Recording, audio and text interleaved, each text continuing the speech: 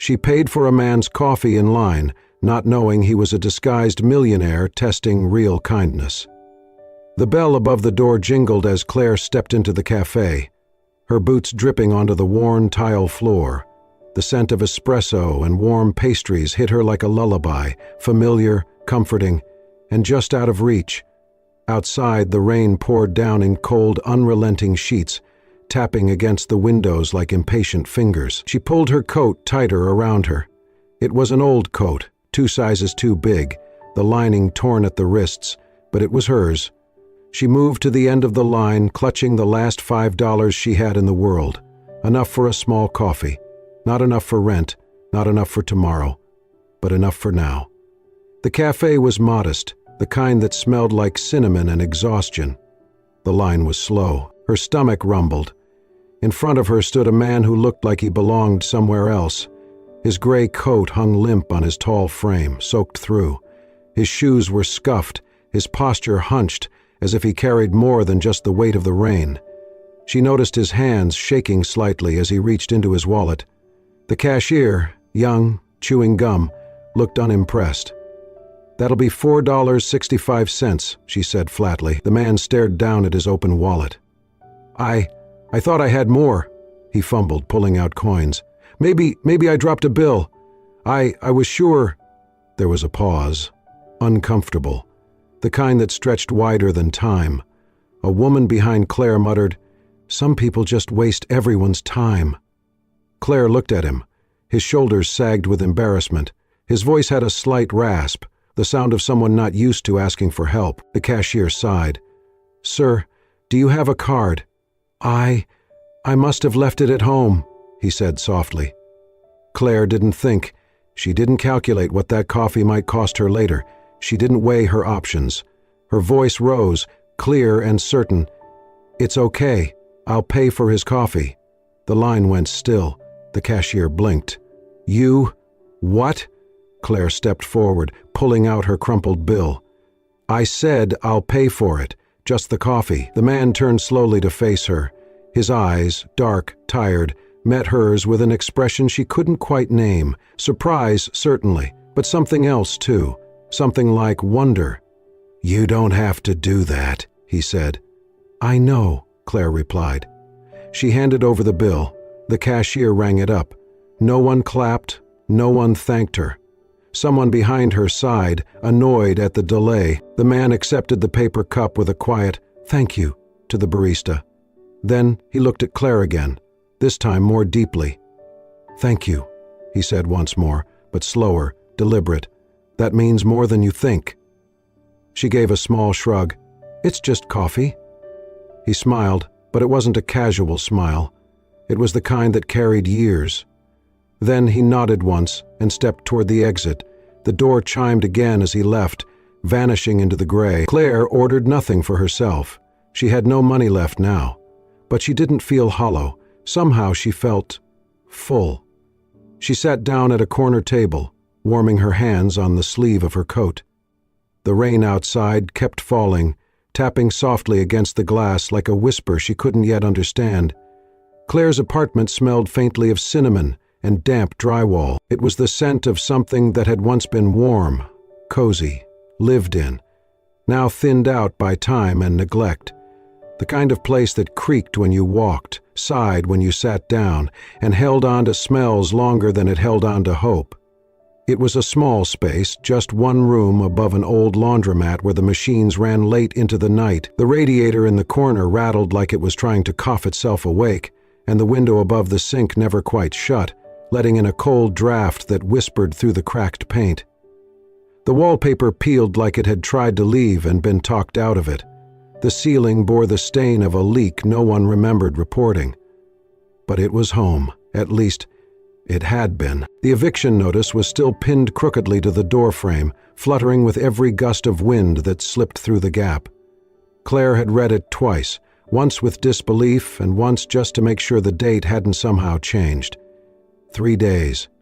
Maybe 4 if the landlord forgot or found a softer mood. But Claire knew better than to hope for mercy. The world had been tight-fisted with grace lately. She dropped her canvas tote onto the floor where it slumped like a tired friend. Her shoes came off with two quiet thuds, and the linoleum floor sent a chill through the threadbare socks she wore too many days in a row. She hadn't eaten since noon. There wasn't much to eat anyway. A bag of rice, a can of soup she was saving for a colder night. She hadn't bought groceries in a week, not since the diner let her go. Budget cuts, the manager said. Low sales, less traffic since the highway construction. It's nothing personal, Claire. But it always felt personal when your name was the one erased from the schedule. When your apron hung alone, not taken home, just left behind, as if that version of you no longer belonged. She'd applied everywhere since, gas stations, corner shops, a bakery uptown that said she was too timid for the customer-facing role. She even interviewed at a self-health storage facility where the manager asked, "Can you smile less nervously?" as if confidence was something that could be turned up like a dial. No one called back. The electricity bill had doubled the month before because the radiator failed, and she had run a space heater for a week to keep the cold from settling into her bones. That morning, the power company had called again. "Ms. Langdon, this is your third and final notice. If the balance isn't paid in 72 hours, we'll proceed with service interruption." "I understand," Claire had replied. She always did. That night, instead of light, she lit the stub of a candle.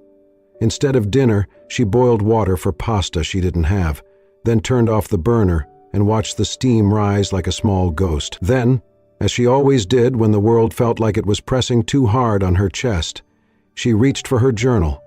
It was the only thing she had kept from childhood. The leather cover was soft and cracked at the edges, the pages warped from too much ink, too many teardrops. Inside were her old dreams, floor plans for the bakery she once sketched in the back of her textbooks, lists of ingredients she had never been able to afford, names of fictional pastries that she swore she'd bake someday. Now, it mostly held quiet prayers.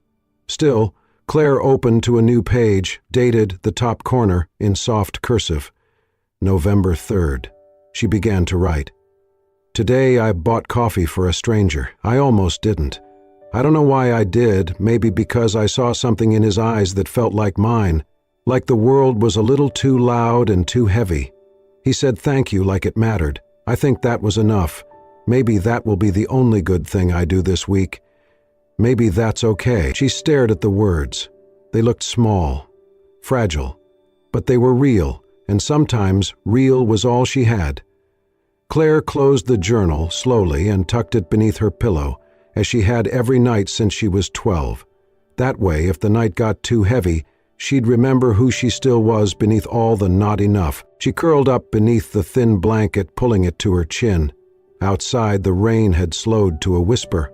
Inside, in the flickering candlelight, a girl with no job, no heat, and no clear future had still chosen to give. And in a world so hungry for more, maybe, just maybe, that was everything. Claire did not expect to see him again.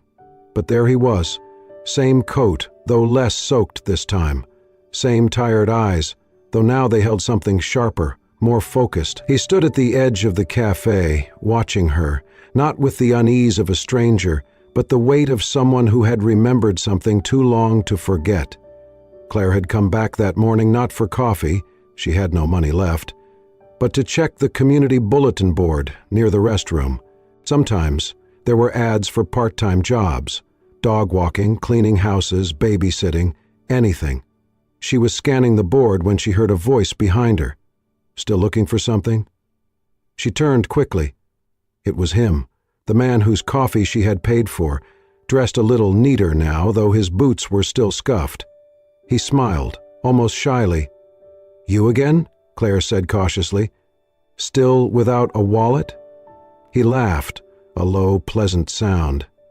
"No, fully equipped today, just figured I'd try to return the favor." Claire narrowed her eyes. "I didn't do it for a favor." "I know," he said softly. "That's why it meant something." There was a pause. Claire studied him more closely now. He didn't look like someone who belonged to this neighborhood. His speech was too careful, his posture too composed. "Who are you?" she asked. He extended a hand. "Tom," he said. "Writer?" I'm a freelance writer, independent journalist, I guess. I write human stories, real ones." Claire didn't shake his hand. "A writer," she repeated, skeptical. "I'm looking for a story," he said, "and I think you might have one." Claire crossed her arms. "Why would I be a story?"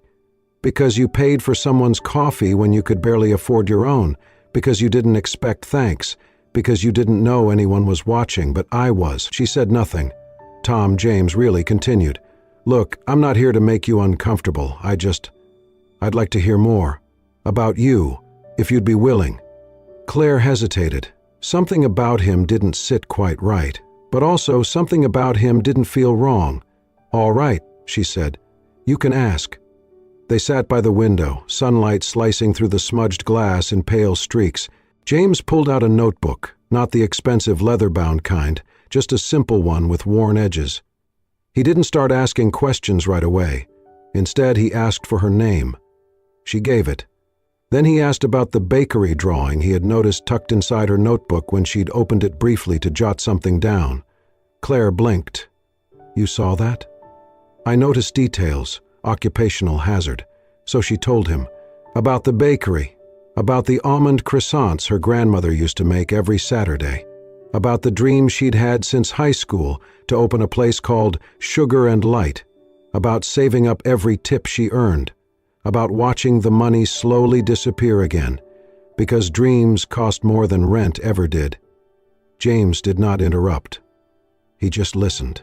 His pen moved occasionally, but mostly he looked at her like she was not just a voice, but a person, with weight, with worth. When they parted ways that day, he said, "Maybe we'll talk again, if you want to." Claire shrugged. "Sure. Doesn't cost anything to talk." But as he walked out of the cafe, something fluttered inside her. He had returned, and he had looked at her like she mattered. She didn't know yet that his real name was James Rowan, that he had written 7 best-selling novels, that his photo had once graced the cover of The New Yorker, that he had disappeared from the public eye 2 years earlier after announcing he'd never write again unless he found a story worth the silence he'd endured. She didn't know she was that story. Not yet. Over the next 2 weeks, Claire and Tom fell into a quiet, almost accidental rhythm. They never planned their meetings. Some days they crossed paths at the cafe, other times in the little park down the street where pigeons danced around children's feet and the wind carried the smell of street pretzels and fallen leaves. It was always casual, always easy, but it began to feel like a pattern stitched into her days, a presence she didn't realize she'd begun to look for until it was already there. Claire would talk, and James, still Tom to her, would listen. Not just the polite kind of listening people offered out of manners, but the deep focus kind that made her feel like her words had weight. He scribbled in a worn-down notebook with a pencil that always seemed nearly out of lead, his head tilted slightly, brows furrowed in concentration. For maybe the first time in her life, Claire believed her story mattered. She told him things she never said aloud, about how she used to bake cupcakes with her grandmother every Sunday morning, flour everywhere, her tiny hands barely big enough to hold the whisk, about how she'd once believed, truly believed, she'd have her own cafe by now.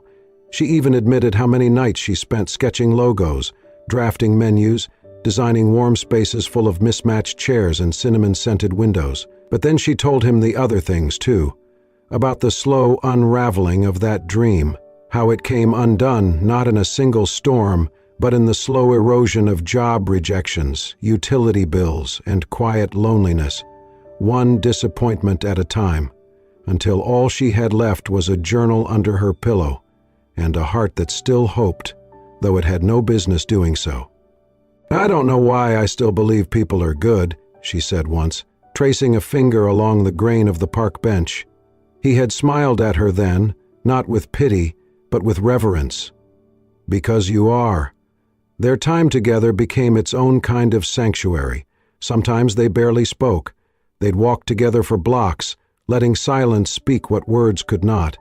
And sometimes she'd brought him muffins, barely held together with borrowed ingredients and hope. He would take a bite, close his eyes, and hum like he was tasting a memory. It made her laugh every time.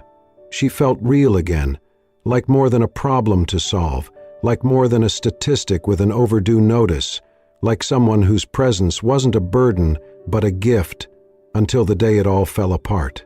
It started innocently, like most betrayals do. Claire had wandered into the used bookstore on 9th Avenue, escaping the drizzle and the tightness in her chest. She loved the place, with its crooked aisles and chairs that sank too low. She wasn't planning to buy anything. She just liked the smell of old paper and the quiet. She was skimming through the new releases shelf more out of habit than hope when she saw it. A face. Familiar. Dark eyes, the same quiet smile. She froze. Her heart kicked up. Her hands turned cold. The back of the dust jacket read, James Rowan. A name she hadn't heard in years, but one the literary world still revered. Best-selling author, reclusive genius, vanished from the spotlight after his 7th novel, famously declaring he had nothing left to say. Until now, Claire stared at the photo. She didn't need to check it twice. It was him. Not Tom, James. She left the bookstore in a daze. Back at her apartment, she tore through the scribbled notes he had left in their shared coffee shop napkins and loose pages. Bits of her life stared back at her in ink, phrases she thought had passed between them privately, thoughts she hadn't said to anyone else. And they were all there, word for word. The next morning, she found him at their usual bench in the park, notebook open on his lap. He looked up, expecting a smile. She didn't sit. Your name's not Tom, she said, each word cold, flat. James blinked. Claire, James Rowan, she cut in, author, recluse, liar. He stood, slowly. Please, you've been writing about me, she snapped. You took my life, my story, and turned it into one of your emotional little parables, didn't you? It's not like that, he said, voice strained. I didn't mean, are you writing a book? She demanded. He hesitated, then nodded, just once. Her voice cracked.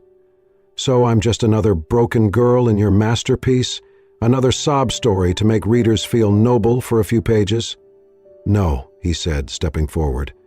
You're the reason I started writing again. Because you're brave. Because you gave when you had nothing left. You made me believe again. She stepped back, her eyes burning. I helped a man, she said bitterly. Not a millionaire, not a famous author, just a man who looked cold and lost. James swallowed hard. And I was that man. No, she whispered. You were a test, and I didn't even know I was being tested. He reached out. Claire? I turned it into hope, but she was already walking away. The rain began to fall, slow, steady, soaking through her sleeves. She pulled her coat tighter, trying to hold herself together. The betrayal hurt, not because he was famous. It hurt because he had seen her, and then used her. James stood motionless, letting the rain soak through his pages, watching the woman who had saved him walk away from him. This time, because of him. The envelope was plain. No name on the front, just Claire, written in careful, slanted handwriting. It was tucked beneath the welcome mat outside her apartment door, just barely visible, as if it did not want to be found unless she truly meant to look. Claire spotted it on her way in, soaked from the drizzle that had lingered all morning. Her fingers hesitated before picking it up. She knew who it was from before she opened it. She closed the door behind her, sank into the small chair by the window, and unfolded the letter with trembling hands. It read, Claire, I told you stories were everything to me. That was not true. For a long time I thought the world didn't need another one, not after everything I had written, not after the words began to sound empty to my own ears. But then I met you. I thought I was watching a moment of kindness from a stranger. What I did not know was that I had stumbled upon the story I never expected to find again, one I did not have to write to believe. I never intended to make you a character. You were never that. You weren't part of my story. You became it. I wanted to show you. That's why I left the manuscript. No publishing house has seen it. No editor, no press, only you. If you never want to speak to me again, I will understand, but I needed you to know. You changed me. I only hope somehow I gave something back. Claire held the pages in her lap for a long time. Her breath caught in her throat. He had included the manuscript. She looked at it with quiet dread and curiosity. The title was handwritten on the first page, "The Girl with No Reason Left But Still Chose to Give." She flipped to the first chapter. It began with a cafe, a small act of kindness.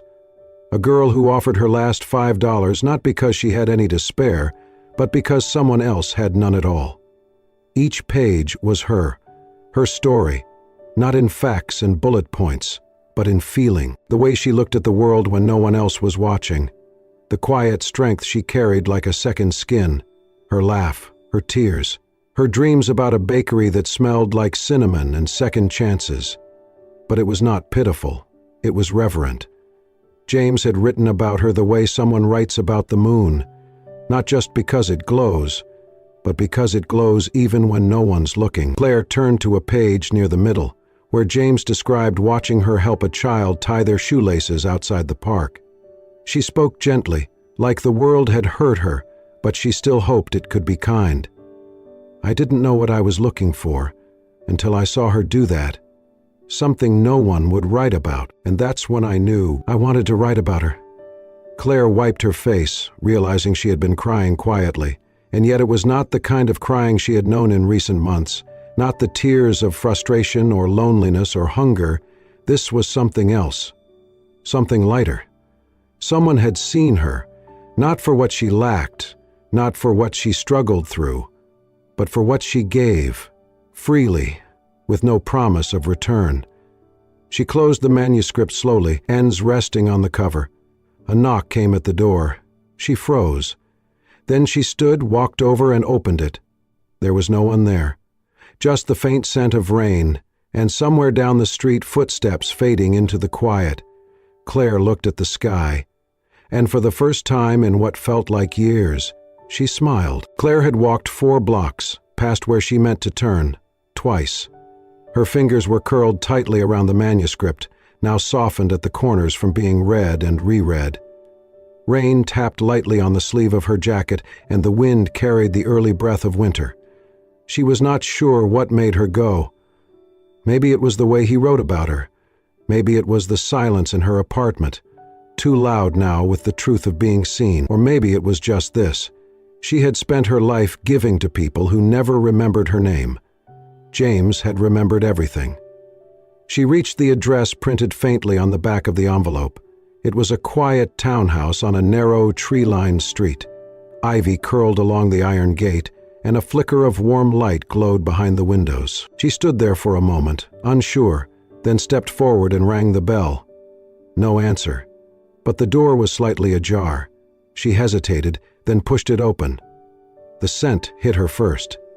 Cinnamon, nutmeg, a faint trace of brown sugar melting in butter. She stepped into a modest kitchen, lined with shelves of old cookbooks, and 2 chipped mugs on the table. At the stove stood James, no longer the mysterious stranger, no longer the author with something to hide, wearing a flour-dusted apron and staring at the oven timer like it might judge him. He turned, saw her, and he smiled, just slightly, not with relief or triumph, but something softer, like forgiveness. "You're here," he said. She didn't speak. He gestured to the counter. "I tried your grandmother's pecan bread recipe. You once said she measured love by the pinch, not the cup." Claire raised an eyebrow, stepping closer. "And you remembered?" "I remembered everything," James said. They sat at the kitchen table, 2 warm slices on mismatched plates. The silence between them no longer sharp but comfortable, like a quilt stretched across something old and aching. They ate slowly. He looked up. "No more lies," James said. "You taught me enough truth." Claire met his eyes. "I didn't mean to be your story." "King Boozy," she said. "You weren't," he replied. "You were the reason I started telling one again." She didn't smile, but she didn't look away. After a long pause, she reached into her coat and placed the manuscript on the table. "I want to help finish it." He blinked. "You do?" "But not just about me," she said. "There are so many people like me, women who give their last $5, men who hold doors open in the rain, children who share half their lunch, "We write their stories," James leaned back. "Ordinary people with extraordinary hearts," he said.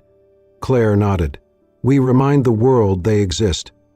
And just like that, the girl who once had nothing, and the man who once had everything but felt empty, decided to build something that neither of them could do alone. Not out of guilt, not out of rescue, but out of respect. Out of something dangerously close to love. They clinked mugs that night, not to endings, not to beginnings, but to the quiet, slow middle where two lives begin to weave into one. No more lies, just truth. And words. Together. The book hit the shelves on the first Tuesday of spring. It arrived without much fanfare. No celebrity launch party, no exclusive reviews from the literary elite, just a quiet arrival at independent bookstores, library shelves, and local cafes where kindness was still served beside a hot drink. Its title was modest, Kindness, Even Broke, and beneath the title, in equally unembellished type, by Claire Langdon and James Rowan, to the world the names together raised eyebrows. A best-selling author returned from years of silence, and a girl no one had ever heard of before. The curiosity sold copies, but the story inside is what made people stay. The book wasn't just about Claire. It wasn't even just about kindness. It was about choosing to care when the world gave you every excuse not to. The first chapter told of a rainy morning, a $5 bill, and a girl who gave what she could not afford to lose. But as readers turned the pages, they found it wasn't just one act. The book was filled with stories of real people, Claire's neighbors, friends, strangers she had once passed on the street, people who gave when no one was watching. It included James's reflections, too, about watching Claire from across a coffee shop, believing he was studying her, only to discover he was learning from her. He wrote about her generosity with the reverence of a poet and the humility of someone who had almost forgotten what grace looked like. It didn't take long for the book to climb the bestseller list, not because it was flashy or clever, but because it felt like truth. Book clubs passed it around with dog-eared pages. Teachers read excerpts aloud in classrooms. Strangers left notes in copies they donated to libraries. This made me cry in the best way. You reminded me of my grandmother. I paid for someone's coffee today because of this. Claire, suddenly seen by millions, was stunned. She had never planned for any of it. Fame made her nervous, crowds drained her, but when she spoke, at libraries, schools, shelters, her voice shook less each time. "I didn't write this book to be known," she said in an early interview. "I wrote it because we needed to remember that being kind is never wasted, even when you're broke, especially then." With her share of the royalties, Claire rented a narrow corner building with a faded blue awning and peeling paint. She named it Sugar and Light, a name she had scribbled in the margins of her journal years earlier. The space was part bakery, part bookhaven. The front windows steamed up each morning with the scent of warm bread, cinnamon, and sweet coffee. Inside, children read aloud from dog-eared picture books. Teenagers sat at corner tables with free cookies and paperbacks from the Take One, Keep One shelf. No one was turned away. Not for being short on money, not for being short on hope. And in the corner, almost every day, sat James. Not as an author, not as someone owed recognition, just as a man who liked watching stories unfold over warm scones and sugar-sticky hands. He had found a home, not in a mansion, not on a stage, but beside a window, near the counter where Claire wiped flour off her cheek and smiled at everyone who walked in like they were the reason she opened the door that day. To most customers, he was Mr. James, a quiet older man with a notebook always half-filled, who sipped his coffee slowly and knew the names of every child who read beside him. Occasionally, someone recognized him. "Aren't you James Rowan, the writer?" He would nod, then point to the woman behind the counter. But the story started with her. Claire kept writing, but not from a place of desperation anymore. Now she wrote in the calm between batches of muffins. She wrote about real people, ordinary ones who did beautiful, unseen things. She and James started hosting free storytelling nights every other Friday. People shared tales, some messy, some hilarious, some heartbreaking, all of them real. At one of these evenings, a child stood up and said, "My mom paid for someone's groceries last week. She said it made her heart feel bigger." Claire smiled. That was all she ever hoped for. In a world addicted to spectacle, they had built something quietly beautiful. And in the corner, beneath a sign that read, "Free coffee, no questions," James would look around at the warm lights, the shelves of stories, and the woman who once gave him $5 and never asked for anything in return, and think, this is the best chapter I've ever written. Because sometimes, the greatest story is not the one told to the world, it's the one you live, together, every day. The winter evening settled over the city like a hush. Snow fell softly, dusting the sidewalk outside Sugar and Light. Inside, the bakery glowed with warmth, the low hum of the oven, the smell of cinnamon and butter, and the soft flicker of candles lining the counter. It was after hours. Chairs were stacked, lights dimmed, but Claire moved quietly through the kitchen, placing the final touches on the cake she had been working on since noon. It was simple: vanilla sponge, light whipped cream, a swirl of caramel across the top. But it wasn't the cake that mattered. It was who it was for. James arrived right on time, just as she knew he would. He stepped in through the back door, brushing snow from his coat, eyebrows lifted in surprise at the dim lights and flickering candles. Claire stood in front of the cake, her apron dusted with flour, her hair pulled back in a loose bun. "Happy birthday," she said softly. James blinked. "You remembered?" "I always remember the people who remember me," she replied. He looked at the cake, then back at her. "That's the first time anyone's baked for me in over 20 years. "Well," she said, "you've earned it." They sat at the small kitchen table, just the two of them. No decorations, no crowd. Just the scent of warmth, the sound of quiet breathing, and something between them that had taken root long before either of them admitted it. James set his fork down after the first bite. "All my life," he said, "I've written about love. I've crafted it, shaped it, tried to give it language. But I think I just started to live it." Claire looked at him, eyes shimmering with something gentle and sure. "And all I ever needed," she said, "was someone who saw me as enough. Not an idea, not a cause, just me." James reached into his coat pocket. He pulled out a small velvet pouch, no box, no ribbon. Inside was a ring, thin, worn, with a pearl barely clinging to its setting. It was not new, not even shiny. "This belonged to my mother," he said. "She told me to keep it until I found someone who was kind when no one was looking, who gave not to be noticed but because they couldn't help but give." He looked into Claire's eyes, his voice quieter now. She didn't say it had to be someone rich or impressive, just someone true. He held out the ring. "Claire, would you stay? Not just in this place, in this life. With me?" Claire stared at him, then smiled. "I've been staying," she whispered. "I just didn't know it had a name." She slid the ring onto her own finger. No theatrics, no grand applause. Just two hands, one truth, and a love that had grown slowly, like bread rising in silence. The next morning, the bakery opened as usual. But something was different. Children ran through the front door, giggling. The smell of fresh scones filled the air, and James sat in his usual spot by the window. Claire stood behind the counter, arranging a tray of muffins, when a little girl asked, "Miss Claire, what does that sign mean?" She pointed to the hand-painted wooden board James had hung the night before above the door, where kindness first brewed. Claire looked up at it. Her eyes softened. "It means," she said, "this place was built on something that never runs out." Outside, snowflakes danced in the light. Claire and James stood together on the steps of the bakery, her hand wrapped in his, steam curling out of paper cups in their other hands.